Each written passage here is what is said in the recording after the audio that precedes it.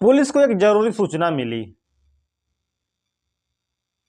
कि राधिका और प्रेम इस वक्त टुंडला से लगभग 6 किलोमीटर दूर एचएफ मेडिकल कॉलेज में मौजूद हैं। थाना प्रभारी ने तुरंत एक वहां पे टीम भेजी और दोनों को गिरफ्तार कर लिया गया। दोनों को ला करके पूछताछ हुई तो जो कहानी निकल कर सामने आई उसने सबको हैरान कर दिया। दोस्तों, अधिकतर अवैध संबंधों का अंत दुखदाई ही होता है, फिर भी लोग इस दलदल में धंसते जाते हैं। काश इस दलदल की जानकारी राधिका और प्रेम को हो जाती तो राधिका के 3 बच्चे अनाथ नहीं होते,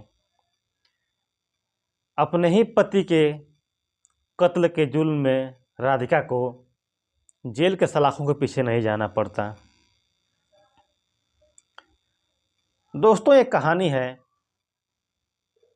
उत्तर प्रदेश के जिला फिरोजाबाद की, थाना क्षेत्र टुंडला की।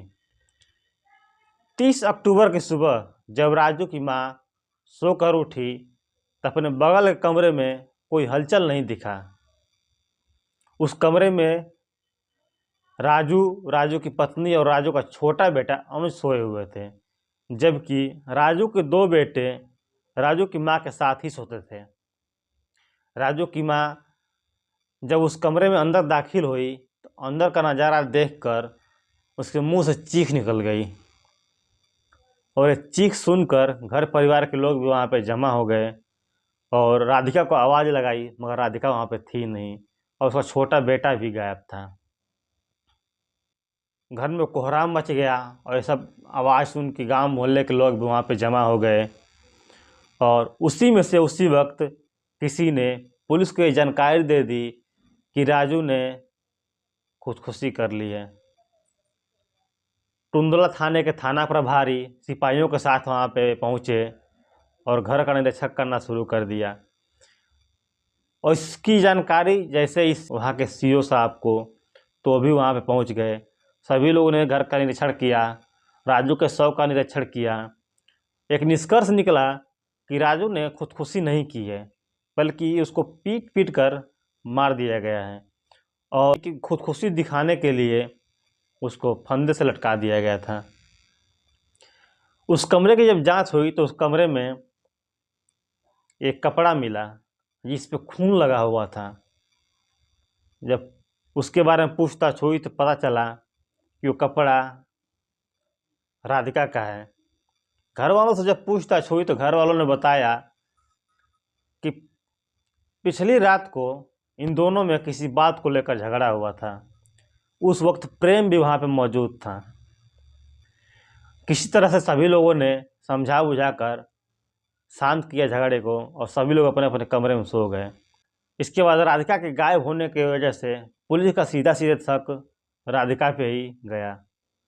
जब पुलिस ने पूछताछ की तो राजू के भाई ने बताया कि राधिका का अवैध संबंध किसी प्रेम से शादी से पहले से ही है। प्रेम टुंडला के गांव बन्ना कराने वाला था।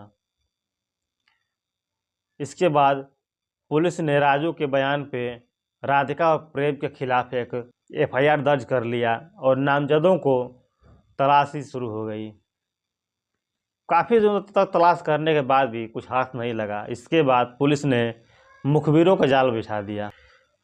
21 नवंबर 2018 को एक जरूरी सूचना मिली कि राधिका और प्रेम इस वक्त टुंडला से लगभग 6 किलोमीटर दूर एक हॉस्पिटल में मौजूद हैं। वो हॉस्पिटल का नाम था एचएफ मेडिकल कॉलेज।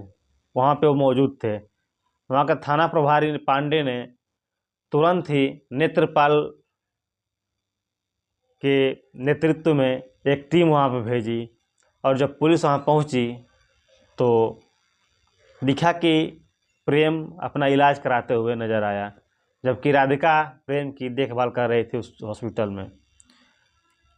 प्रेम की एक सड़क दुर्घटना में एक्सीडेंट हो गया था, जिसके वजह से प्रेम के सर में गहरी चोट आई थी।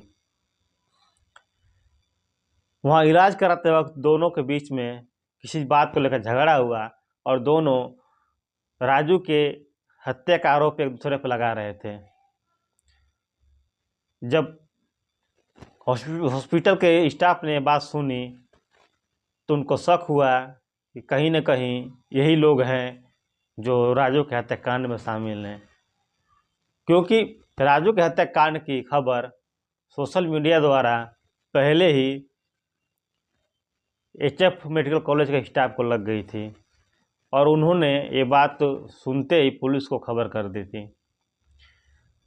पुलिस उन दोनों को गिरफ्तार करके थाने लाई और जब दोनों से पूछताछ हुई तो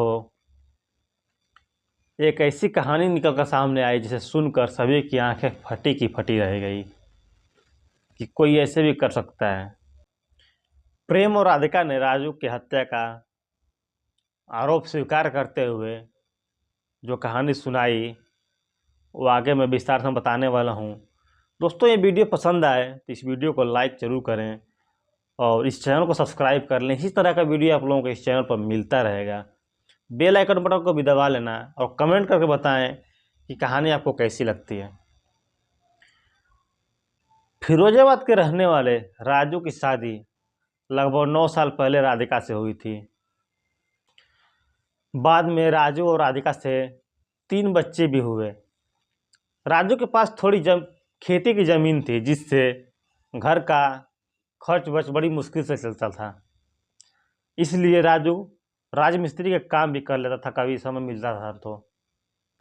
दोस्तों, राधिका की शादी राजू से ज़रूर हुई थी, लेकिन वो राजू को शुरू से ही पसंद नहीं करती थी, क्योंकि राधिका के घर वालों ने ही ज़बरदस्ती राजू से शादी कराई थी, यानी कि राधिका के मर्जी के बगैर। और राधिका के मन में शुरू से ही प्रेम बसा हुआ था, इसलिए 3 बच्चे होने के बाद भी, शादी के 10 साल बीत जाने के बाद भी राधिका प्रेम को भुला नहीं पाई थी। और लिहाजा जब भी राजू घर पे मौजूद नहीं होता था तो राधिका प्रेम को फ़ोन करके बुलाती थी और दोनों खूब रंगरलियाँ मनाते थे।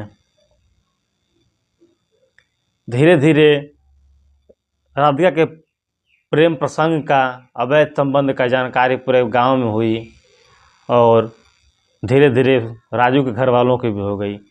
जब राजू को इस बात की जानकारी हुई तो राजू ने राधिका को समझाने की बहुत कोशिश की, मगर राधिका मानने को तैयार नहीं थी। उल्टा राजू के साथ ही झगड़ जाती थी। वो इतनी बेशर्म हो चुकी थी कि उल्टे ही पति से ये लड़ाई करने लगती थी और कोई भी बात होती थी तो उसके खिलाफ थाने में जाकर एफआईआर कराती थी। इस वजह से राजू और राजू के घर वाले राधिका को रोकते टोकते नहीं थे। एक बार तो ऐसा हुआ था, प्रेम के साथ रंगरलियां मनाते हुए एक अश्लील वीडियो सोशल मीडिया पर वायरल हुआ था, जिसकी वजह से गांव मोहल्ले में राजू और राजू के परिवार वालों को बहुत ही बदनामी हुई थी। राजू जब भी इस बात को समझाता था, प्रेम से रिश्ता तोड़ दो, तुम्हारे 3 बच्चे हैं, अपने घर पे ध्यान दो, मगर वो उल्टे झगड़ जाती थी। एक बार तो लड़ाई झगड़ा करके घर से निकल गई और लगभग 2 हफ्ते दिन के बाद घर वापस आई। जब उसका गुस्सा शांत हो गया, कुछ दिन तो ठीक से रही, मगर फिर प्रेम से मिलना जुलना शुरू कर दिया उसने। अब राजू राधिका के लिए कांटा बन चुका था। वो पसंद तो उसे करती नहीं थी, ज़बरदस्ती उसकी शादी हो गई थी, 3 बच्चे भी हो गए थे, मगर फिर भी वो प्रेम से इतना प्यार करती थी कि इस प्यार को हम क्या नाम दें। जिसके 3 बच्चे हो गए हों, वो किसी और से प्यार कर रही है, किसी और से मोहब्बत कर रही है, जबकि उसका पति है। राजू उसके लिए दिन पे दिन कांटा बनता जा रहा था उसके रास्ते का, क्योंकि वो रोकता टोकता था। और इस वजह से राधिका ने राजू को खाने में जहर दे दिया, मगर राजू की तबीयत खराब जैसे ही बिगड़ी, घर वालों ने राजू को आगरा ले जाकर अस्पताल में भर्ती करा दिया। राजू के घर वालों को राधिका पे शक तो था, मगर वो ये भी सोच रहे थे हो सकता है कि खाने में छिपकली गिर गई हो और इस वजह से राजू की ऐसी हालत हुई है। इस वजह से राजू के घर वालों ने पुलिस को कोई जानकारी नहीं दी। घर आने के बाद राधिका ने घर वालों से भी माफ़ी मांगी कि मेरी ही गलती है, हो सकता है मेरी लापरवाही की वजह से कुछ खाने में गिर गया हो छिपकली वगैरह। जब राजू अस्पताल से घर आया तो राजू से भी रो रो कर राधिका माफ़ी मांगी और ये सीधा साधा राजू फिर से राधिका के झांसे में आ गया, उसे माफ़ कर दिया और राधिका की तरफ से बेफिक्र हो गया। राधिका इतनी चालाक थी कि अपने चालाकी से हमेशा राजू पे हावी रहती थी। कुछ दिन बीते, फिर प्रेम से मिलना जुलना शुरू कर दिया और राजू राधिका के रास्ते काटा तो था ही। एक बार फाइनल प्रोग्राम बनाया इन लोगों ने और प्रेम से मिल के पूरा प्लान बनाया कि इस बार इस कांटे को निकाल फेंकना है, इसके बिना निकले तुम मिल नहीं पाएंगे। बस यही था। एक दिन प्रेम राधिका के घर आया हुआ था और राजू जब काम से आया तो प्रेम से तो कुछ नहीं कहा, लेकिन राधिका से झगड़ने लगा कि ये क्यों आया है, तो अपनी हरकत से बाज नहीं आओगी, तुम ये सब कब छोड़ोगी। और ये सब आपस में झगड़ा हो रहा था तो पूरा परिवार भी वहाँ पे मौजूद हो गया और दोनों को शांत करा के, झगड़े को शांत करा के सभी लोग अपने अपने कमरे में सोने चले गए। और उसी वक्त राधिका ने प्रेम से बोल दिया था कि आज ही रात को इस कांटे को निकाल देना है। राधिका जब अपने कमरे में सोने गई तो उसने साथ एक छोटे बच्चे अनुज को भी ले गई जो कि 6 साल का था और राजू के साथ ही सोई। जब राजू गहरी नींद में सो गया तो राधिका ने प्रेम को फ़ोन किया और प्रेम वहाँ पे आ गया। इसके बाद अंदर घुसकर घर का दरवाज़ा, रूम का दरवाज़ा बंद किए और राजू पे हमला बोल दिए। राजू को मुंह बांध के उसकी जम के पिटाई की और उसके बाद जब वो ख़त्म हो गया तो उसको पंखे से लटका दिया दोनों ने मिलकर कि किसी को ये नहीं लगेगा कि इसे पीट कर मारा गया है, बल्कि ये लगेगा कि इसने खुदकुशी की है। और उस बच्चे को लेकर के राधिका और कुछ कपड़े लेकर के वहाँ से फरार हो गई। पुलिस ने इन दोनों का बयान नोट किया और अदालत ले जाकर अदालत से फिर उन्हें जेल भेज दिया गया। अब ये 3 बच्चे अनाथ थे, इनका मासूम चेहरा देख के गांव वाले भी राधिका को ही कोस रहे थे कि ऐसा ही करना था, प्रेमी के साथ ही जाना था, तो ऐसे ही चली जाती, पति को ख़त्म करने की क्या ज़रूरत थी।